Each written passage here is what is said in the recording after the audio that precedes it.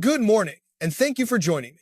The primary topics for our discussion today are the increasing chances for cold, wintry weather and a storm system that is right on our doorstep. We need to carefully track this system, as it appears poised to bring winter weather a bit farther south than the storms we have been watching recently. So, we will begin our forecast with the southern plains, and then we will turn our attention to the upper regions. We will then discuss the southeast, the mid-Atlantic, and the northeast. I will include timestamps to help you navigate the video, and after covering that immediate time frame, we will look deeper into next week and the month of December. We will examine the overall weather pattern together, and I truly enjoy doing this because, as many of you know, I have a passion for discussing winter weather. I wish you a very pleasant Wednesday morning. I do hope you are all doing well. Please subscribe if you are new here and consider liking the video if you find it helpful. As always, if anyone has something I can keep in my thoughts and prayers, please feel free to share it in the comments below. Now, let us begin our detailed forecast. The winter storm we have been discussing for the last couple of days is now moving out of our area and is affecting parts of Atlantic Canada. We are seeing some snow across the Great Lakes region, which is a type of clipper system enhanced by the lakes, with a significant amount of cold air following behind it. This is truly record-breaking cold air, and we will touch on that more toward the end of our discussion. There is a bit of energy appearing over the middle of the country, but I am not entirely certain if this precipitation is reaching the ground. If you are in Kansas, Nebraska, Missouri, or Iowa, I would appreciate hearing from you about whether this is actually reaching the surface as light rain or snow. We do have some confirmed snow across South Dakota, and it is certainly reaching the ground in Colorado. This is all part of the larger system that is approaching. We are also seeing a bit of energy dipping down into areas like Arizona. I do believe that more moisture will begin to enter the picture over the next 24 hours, particularly in areas like southeast Texas and Louisiana, as the system draws in moisture from the Gulf. This means another soaking rain is on the way for the deep south states, where it is very much needed. Now, turning to current conditions, we have watches, warnings, and advisories in effect. There are winter weather advisories across parts of Colorado and the northern sections of New Mexico. We also have winter storm warnings indicated in pink on the map. Taking a closer look, you will notice some special weather statements have been issued for the panhandles of Oklahoma and Texas. These statements mention the possibility of a little bit of snow over the next 24 hours, which we will examine in just a moment. I also want to mention this, and we will discuss it as we proceed, that there are some special weather statements across areas of northern Ohio, West Virginia, Pennsylvania, and even parts of Kentucky. It is possible we could see some light snow in some of these locations as we move through the next 24 hours or so. But for now, let us review the latest information from the HRRR model to understand the evolution of this first storm system across the southern and central plains over the next 48 hours. We will begin our timeline around late this morning. The timestamp is at the top of the screen, but please note it is in Eastern Time. If you are in the Central Time Zone, simply subtract 1 hour. As we move forward, the snow will continue to fall across areas of Colorado and the northern parts of New Mexico. As we advance into the late evening, around dinner time, you can see some moisture developing down in Texas and Louisiana, with snow beginning to fly in the far northwestern corners of Oklahoma and the Texas Panhandle. A little light snow is also showing up in western Kansas. As we continue to move this forward in time, we arrive at tomorrow morning, and the model does show a little bit of snow. In fact, the HRRR model is quite assertive, showing a band of heavy snow situated between Wichita Falls and Oklahoma City. It also indicates some snow in Amarillo and a soaking rain developing down in Louisiana and Mississippi. It even suggests a touch of winter weather north of Huntsville, between Nashville and Huntsville, Alabama. We will have to see if that materializes, as it would be a bit early if it does. Then, as we continue through about midday tomorrow, the model shows a wintry mix. The purple color indicates sleet, while the bluish color represents snow, so it is showing some winter weather in the southern half of Oklahoma. As we go to the end of this particular model run, which takes us to about Thursday night, tomorrow night, I can see a wintry mix developing across the central areas of Arkansas. And as we continue to advance this all the way to the end of the model's forecast period, you can see this moisture beginning to interact with some colder air as it moves into Tennessee. This is why you start to see some purple, indicating a mix of sleet and rain, and perhaps even a little bit of snow in Nashville. We will need to monitor how this situation develops. And please keep in mind, this model only takes us out to about midnight tomorrow night, so we can switch to the NAM model to see what it shows. It indicates a similar scenario, with an ongoing snowstorm across parts of Colorado where those winter storm warnings are in effect. As we move forward into late tonight, we see heavy snow developing across northern sections, particularly in some of the favored higher elevation regions of New Mexico. Then, some snow begins to appear, and this model even shows it becoming quite heavy late tonight. This is around 1 or 2 o'clock in the morning in the panhandles of Oklahoma and Texas. As we continue to progress this forward into tomorrow morning, some snow will likely be falling around Amarillo, perhaps as far south as Lubbock, in places like Guymon, Oklahoma, and maybe the Woodward area of Oklahoma. A little bit of snow may also start to move into Oklahoma City as we head into late tomorrow night.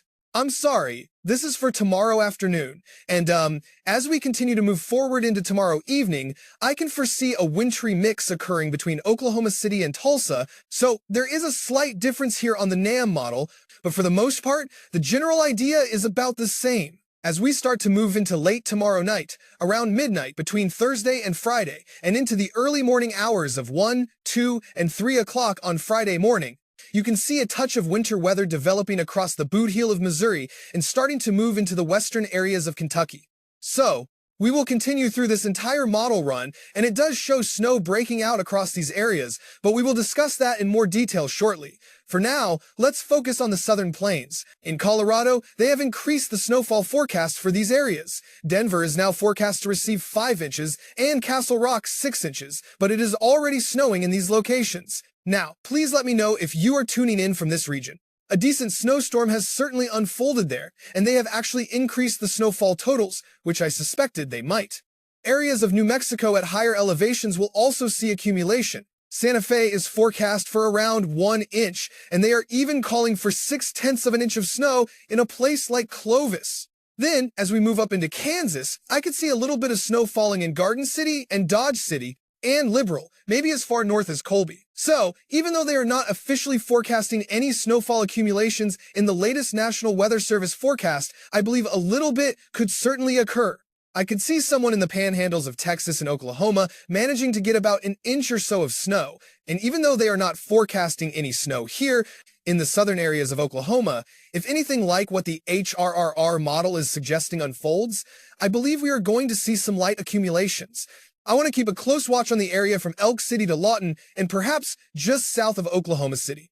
I think someone in this region could manage to see some light accumulation, and if you look at the latest HRRR model, it does show a band of a couple of inches. Now, I believe this may be a bit overdone, but it even shows a touch of snow reaching into the state of Arkansas. So, we will continue to monitor this situation closely, and we will have another update for you tonight. But for now, moving forward, let us go over the latest information from the European model, and let's update this. I think we have fresh data. Yes, we do. Wonderful. We have fresh information from the European model's morning run. So, we will begin our timeline tomorrow evening, and you can see the rain developing down here. There is a great deal of moisture for the deep south and the Gulf states. And then as we move forward to about 3 or 4 o'clock in the morning, and if you lose me on the time frame, I know it can be quite small, especially on a phone. Just look right here. If you are in the Eastern time zone, this is correct. If you are in Central time, just subtract 1 hour. So, around 3 to 4 o'clock in the morning, you can see the snow starting to move into the eastern United States, and it appears to be heavy across southwest Virginia and southern West Virginia. Look at that band of snow in Kentucky. We will take a closer look at that in a second. I just want to get a broad overview of everything. It is all rained down in Charlotte, and it looks to be a rather unpleasant mix of rain and ice in a place like Asheville.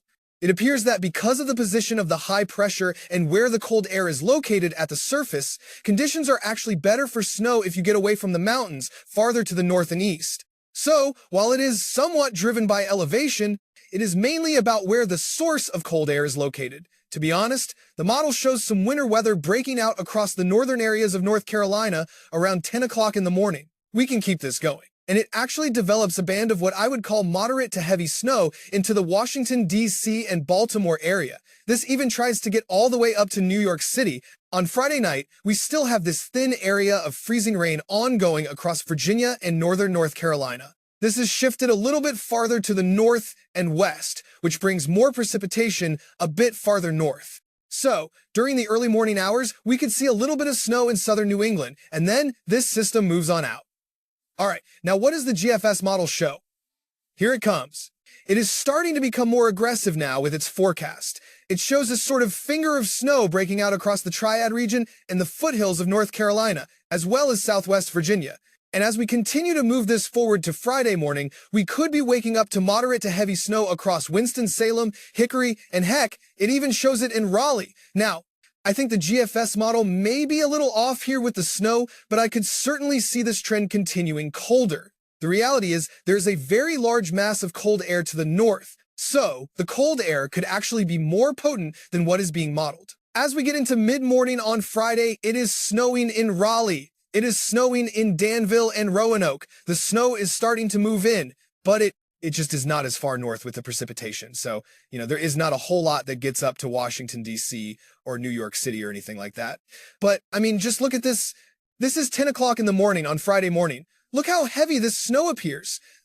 This darker shade of blue represents moderate to heavy snow. And just taking a closer look at North Carolina, now let's switch views and examine the 6 o'clock Z-time model run. Here it comes, so we can get a closer look for everyone at home. Now, you will need to have a good idea of where your town is on the map. I personally find the colors on this particular display from Pivotal Weather are not as vibrant. However, it does an excellent job showing town and city names. For those of you in Charlotte, this will unfortunately be just a cold rain. However, I could certainly see it beginning as a wintry mix. I really could. But as you head north toward perhaps Statesville, Winston-Salem, Greensboro, or even Raleigh, the model does indicate a little bit of snow. Then you can see the dark blue, which means up here toward Washington, D.C., it is snowing at a moderate pace. After that, this snow may transition into a wintry mix. You see the pink coloring, which indicates freezing rain, so it could be a burst of snow followed by a period of freezing rain. Now, it would be easy to say this will not be a major event, but for North Carolina and even Virginia standards, this could certainly create a messy situation on the roads. And just to move up the coastline here into the mid-Atlantic for a closer look, you can see that every model shows a band of moderate snow reaching all the way into the Washington, D.C. corridor. The Tidewater area and the Delmarva Peninsula show some snow reaching into Delaware, with some snow back in West Virginia as well. Snow is also trying to climb up into New Jersey, and you can see that pink color appearing around Richmond. As you know, that signifies freezing rain. As we continue, a band of snow moves all the way into Philadelphia as we head into Friday afternoon and evening, with snow beginning to enter the Washington, D.C. area. A little bit of snow, I mean the New York City area and Long Island. Some snow is attempting to move into Rhode Island and Connecticut, and then the system moves on out to sea. So it is certainly an interesting storm. And listen, what is truly remarkable to me is, let's update this and see if we have any new information. No, we do not. The models are already being quite aggressive with this system. This is not just some fluke in the computer models, folks. Do you see this area right here? This is the official National Weather Service forecast. They are already forecasting, for example, in Winston-Salem and Greensboro, a few tenths of an inch of snow. I know you are probably thinking, well, that does not sound like very much at all. And you are right. It is not. But it is enough to make everything a little white. It is very festive, especially for early December. It is often difficult to see this kind of weather even in the heart of winter in North Carolina.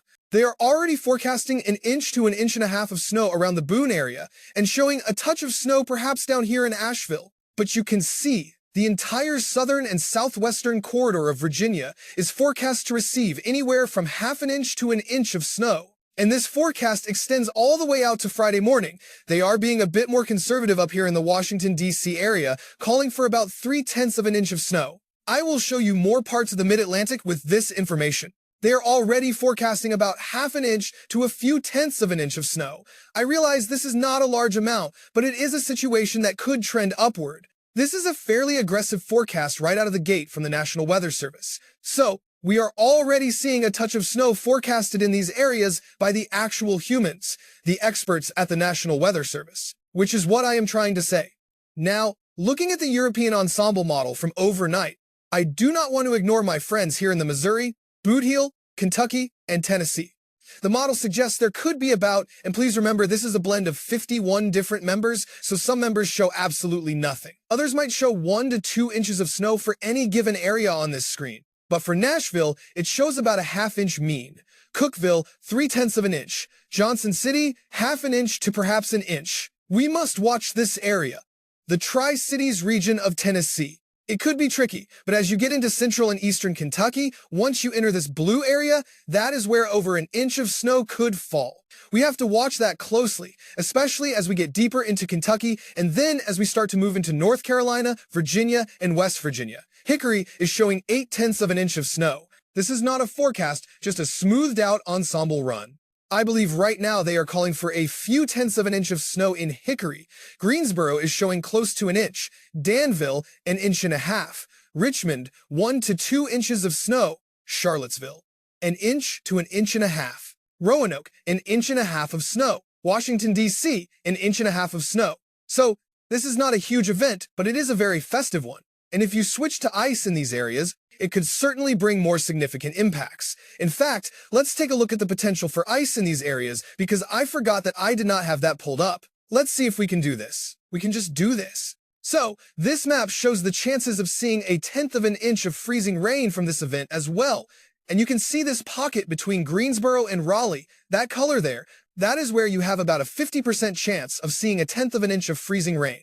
So, for example, in Greensboro, you could get 1/2 inch of snow and then 1/10 of an inch of freezing rain. By Southern standards, that is a moderate event. I mean, that can create a mess on the roadways. And I do believe there are certain areas that will not get above freezing, particularly in southwestern Virginia and areas of northern and northwestern North Carolina. But, you are looking at up to a 33% chance in Richmond and a 30 to 40% chance in Danville to see 1/10 of an inch of freezing rain with all of this too.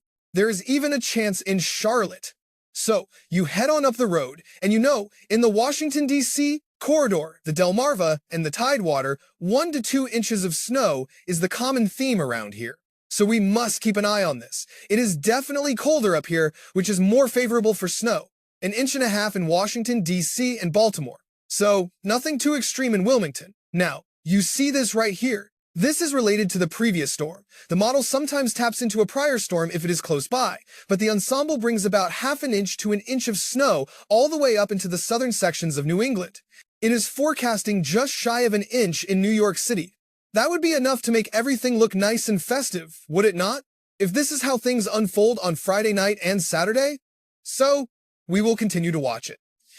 What is driving this system is essentially a moving source of cold air, and the timing is quite good. Let's draw on this map a little bit. Do you see this 1030 high-pressure system? It is sort of moving in and then moving out, but as it moves into place, it funnels in some cold, dry air at the surface. At the same time, this area in blue represents our low-pressure system, which is moving moist air on top of that dry, cold air. So, they meet. And the moisture overrides the cold air, creating what we call an overrunning event. This is a weather pattern we refer to as cold air damming. Now, this high-pressure system is not stationary. It will continue to move. However, that cold air is being held in place by a source over eastern Canada and the Northeast. This same system is expected to bring record-breaking cold temperatures to the Midwest and the Northeast in the coming days, finishing out our work week. So, it is a rather fleeting source of cold air, but it times up well with a little bit of moisture to the south. Alright, so, moving past this system, there is another time frame I am watching toward the end of the weekend. This is getting into Sunday morning. The GFS model is already showing some snow breaking out, which is aggressive, across Missouri and the southern areas of Illinois. Someone mentioned that I hardly ever mention southern Illinois, so there you are, I wanted to give you a mention. We have some snow breaking out on the GFS model. This is not a forecast, because the European model does not agree. It shows just a lot of rain. I believe it is simply going to be a soggy weekend across the southeast. So, as we start to move into Sunday night, the model shows some snow breaking out across northern Kentucky and West Virginia. Again, it seems like I keep mentioning these same states. A little bit of snow is trying to show up again back in Missouri and northern Arkansas. And then, some energy dives in, and cold air collapses over this moisture as we get into Monday morning. This model wants to show an all-out snowstorm, though not as aggressive as the overnight run, by the way, which was quite wild, and it wants to show snow breaking out across North Carolina, even across areas of northern South Carolina, and then it moves out. I do not believe that is likely. I am not trying to be a pessimist. You all know I love winter weather, but I also like to keep things realistic. If you look at the latest European model, all right, as we get into Sunday morning, there is a little bit of moisture hanging around, but there is not enough cold air in place. Then, when we look at that next time frame, the European model does show energy here. You can see the energy right here in the form of snow across the Midwest. There is some energy across the mountains and just enough cold air for the higher elevations to see some snow, while the lower elevations see rain. We have a large area of low pressure off the coast of the southeast, but nothing is combining in the way that the GFS model is showing. The GFS tends to get a little bit too carried away with energy that drops down from the northern Rockies. Now, could it trend towards something like what the GFS is showing? Absolutely. There is energy in place, and I mean, there is enough energy in the atmosphere to be squeezed out in the mountains in the form of higher elevation snow. I think it is just going to be a wintry weekend up in that region. But as we move past this, we can only go out 144 hours on the European model. So, of course, the GFS ensemble is going to follow its main operational run. This is for the system that we just broke down at the beginning of the video for this Friday and Saturday. You can see that disappear. This is in 24-hour periods, and you can see how the GFS model sniffs out that next storm system right here, with a little footprint of snow showing up and diving down into North Carolina. One thing, as I have said, the ensemble from the GFS always follows its operational run. So if you get a wild-looking model run, the GFS is typically going to be backed up by its own ensemble. That does not make it correct, because we know we like to look at all the ensembles, but it is just something that model tends to do. So there is a signal from the GFS ensemble showing this possibility, but I just do not buy it yet. I am not trying to be a Debbie Downer, you all know that. Now, does the European ensemble back it up at all? You know, this is the one for Friday and Saturday, which shows a pretty nice signal. And then as we move past that, you can see as we are getting into Monday morning and Monday night, there is a touch of snow showing up, dipping south, but it is blended in with a lot of other possibilities. It definitely shows the mountains getting snow. But you know, in general, I do not see anything really supporting that GFS run. So yes, I did see the wild GFS model run for North Carolina, especially the one from last night. It literally projected a foot of snow over North Carolina, but I am simply not buying it at this time. That does not mean it cannot happen, but I am not convinced yet. So, what about what comes after all of that? As we get deeper into next week, around this time, next week, let's examine what else we are seeing. As we look toward next Monday evening, the general theme is an active northern stream of weather. The main question will be whether it can tap into any energy from the southern stream. So, what you are going to see as I move this forecast forward are many areas of blue and green appearing up here. Let's keep going. We get to next Wednesday. You can see a clipper system moving through the Great Lakes region. But at the very end of the model run, you see that 540 line diving deep. This is from an operational model run, by the way. An entire lobe of Arctic air gets pushed down into the central and eastern United States. And of course, a setup like this could produce some very active weather. It shows snow developing across areas of the mountains. It shows a great deal of northwest flow coming down with this trough across the Ohio Valley. This would be for next Thursday evening. And if something like that were to happen, it would bring a shot of Arctic air and more of that northern stream energy along with it. So far, however, we are not seeing any kind of very large storm system. It is a pattern where the cold areas stay cold, but that could certainly change. The GFS model also shows a large trough dropping down late next week. I believe this is an adjustment to what we are seeing with the progression of the Madden-Julian oscillation. That is why I think the models will continue to trend colder. And we see the same thing there. A piece of northern stream energy is present. The GFS shows a rather aggressive-looking clipper system across the Great Lakes region. Then another one comes right after. As we look ahead to this time next week, a 987 millibar clipper system is forming. That system will certainly bring heavy snow to whichever areas are in its path, followed by another push of cold air. We can also see some snow developing across the Appalachian Mountains. Following that, a trough of low pressure will drop southward, which is an interesting development that will cause moderate snow to break out across the plains. It is the kind of pattern that gets folks hoping for a mountain trip very excited. I know many are heading to the mountains next weekend, perhaps to the Gatlinburg, North Carolina, or Tennessee mountain areas, and are hoping for something significant to appear. As we get into Friday morning, the model does indeed show a large trough dropping down with some snow across the central Appalachians, and then that cold air gradually seeps down to the south, and I mean it certainly does. It aligns very closely with what the European model is showing, which is a large trough dropping down. Anytime you see that first blue line, the 540 line, drop this far south, you know we have a shot of cold air on the way. This is also supported by the European ensemble model. You can see this large blob of bluish-greenish yellow. That is the energy we are watching for early next week. Even though the main model, the European ensemble model, does not do as much with it as the GFS model does. After that, the pattern favors a great deal of activity up here. Let's make sure we are correct on that. A lot of weather up here. The question is, will it tap into anything down here from the southern stream? This is the northern energy, you see? It is an active northern stream pattern. We are going to get clipper systems galore coming down, regardless if it taps into anything down here. One thing I am seeing on the latest European ensemble is this area of energy, about a week from today, is diving down a little bit deeper compared to the information I showed you in just last night's video. You can see how the energy is pushing all the way down, just farther south into the eastern United States. That is an interesting trend because, you can tap into some of that southern stream energy if that happens. But for now, this still looks to be a northern stream-dominated pattern. However, that does not mean you cannot get any decent snow events a little bit farther to the south. I am not referring to places like Birmingham, Alabama, or Atlanta, Georgia just yet, but we must watch this. There is a slight trend for this energy to dig more. This is because we are observing more of a trend of a trough digging farther south. And you can see it right here. The blue represents that trough. Energy is always associated with this, as is lower pressure. The warmer colors, the yellows and the oranges, indicate higher pressure.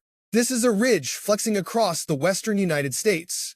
So, this is starting off this coming Monday morning, the 8th, and you can see a trough is anchored over the eastern United States. This is bringing reinforcing shots of cold air and the energy associated with it. And then the trough reasserts itself, if you will, and continues to dig down here. So energy will continue to come down the pipeline and round the base of this trough. Now, you see this area right here in white embedded in the blue around it. If you really want this energy to dig and tap into something significant, something more substantial as far as winter weather is concerned, you have the cold air in place. You would need this area to dig down into here, and for that to happen, you need this ridge to build higher. So you need this ridge to build taller up here, so this trough can dig farther south right into here. Then something can fly through. But regardless, this trough does bring energy. It is just in the form of northern stream-dominated clippers and northwest flow events. But that can change, and I want to keep emphasizing that. This trough continues to hang with us. The model does show a ridge at the end, but I am not 100% convinced. And in fact, we have seen continued shifts from run to run. Let's look at those shifts now. If you look at this, as we are getting into next week, you can see how the blue appears. That indicates a trend towards lower pressure, more troughing, and colder air, and we are already trending in that direction. Once again, the model guidance is adjusting to more significant troughing over the central and eastern United States. What is it doing? It is pushing that ridge farther back more and more over time. I believe there is a chance it may not even happen. And the GFS model, it shows the same thing. It is the same looking pattern. I do not know if we will be able to go out as far on this particular run. It shows this trough over the eastern United States. There is the signal for that trough strengthening as we get towards the end of next week. How far does this dig south? Either way, that is going to be a significant shot of cold air across the eastern United States. And, it does show the ridge at the end. I just do not know if I believe it yet. So, regardless, I have already shown you that regardless, as far as temperatures are concerned, this is going to continue to bring reinforcing shots of cold air. It is just the winter weather we need to figure out, correct? And that is always the challenge. Once you have the cold air in place, then you must figure out the moisture. Temperatures are normally the first piece of the puzzle, the first thing to figure out. But as we get into next week, we see the blues and the greens. Then you get into this purplish, almost magenta color right here. That represents temperatures that are like 20, 25, or even 30 degrees below average. We will continue to deal with shots of cold air. We get into next Wednesday, and you might get a slight modification of temperatures into next Wednesday or Thursday. And then another shot of cold air comes in next weekend. It just stays cold almost through the entire forecast period. It does show a ridge trying to flex at the end, but I am just not convinced. And I will tell you why I am not convinced. I do not want to just say that and not provide you with an explanation for why I do not believe it. But if you look at the 6 to 10 day temperature outlook, folks, this is for the 8th through the 12th of December, and it points toward below average temperatures in the east and above average temperatures in the west. We go to the 8 to 14 day outlook from the 10th through the 16th, and it still says the same for the eastern United States. It does show some above average temperatures slipping into the southern tier of the country. But listen, the reason I do not believe this ridge that keeps showing up at the end of the model runs, and why I believe we are going to continue to see adjustments toward colder air, is yours truly right here. Let us see if we have a new update. I will update the browser here. I always like to try to get you folks the freshest information. Sometimes I catch the new update, and sometimes I do not. I think it may be a little too early anyway. What I want to look at is this, you see, and this goes all the way out to the 16th. This is the MJO forecast. Let's explain this again. If you look, this is the MJO chart that influences our weather. The 6th, the 5th, and the 4th. No, that is not what that is. My apologies, folks. This is Phase 6, Phase 5, and Phase 4. These are considered the warm phases. So if we are in these phases, most of the lower 48 states will deal with warm air. That does not mean you cannot get shots of cold air. It also does not mean you cannot get winter weather in the winter. In fact, we did back in November when we were in Phase 5 and 6. Now, Phase 8, Phase 1, and Phase 2, these are the colder phases. Phase 3 and Phase 7 are what I like to call the transitional phases. Where are we, and where are we heading? Well, what is it? Today is December the 3rd. Yesterday was the 2nd, and tomorrow is the 4th. So technically, we are right about here. We are probably in Phase 8 right now.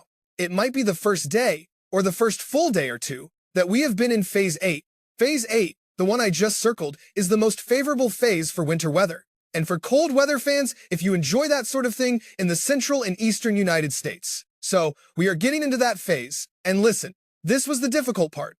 I remember it seemed like it was just yesterday we were talking about this when we were way over here and we were saying, hey, we need to get into Phase 8. Many times, these charts can pull the rug out from under us and we end up somewhere else, trending towards unfavorable phases. But no, we have made it, and the forecast shows us just sort of hanging out in Phase 8 for the next couple of weeks. This gives the atmosphere time to respond. Now, there is a chance we get into the circle of death right here, which is a weaker version of whatever phase we are in, which simply means we will have a low impact or a lesser response from the atmosphere. Not much of a response, depending on the phase you are in as far as what happens with the weather. So if we are in Phase 6 and we are right here near the center, you might not get the full impacts of what Phase 6 normally brings. It is the same thing with Phase 8, but it shows us in a slightly weaker version of Phase 8.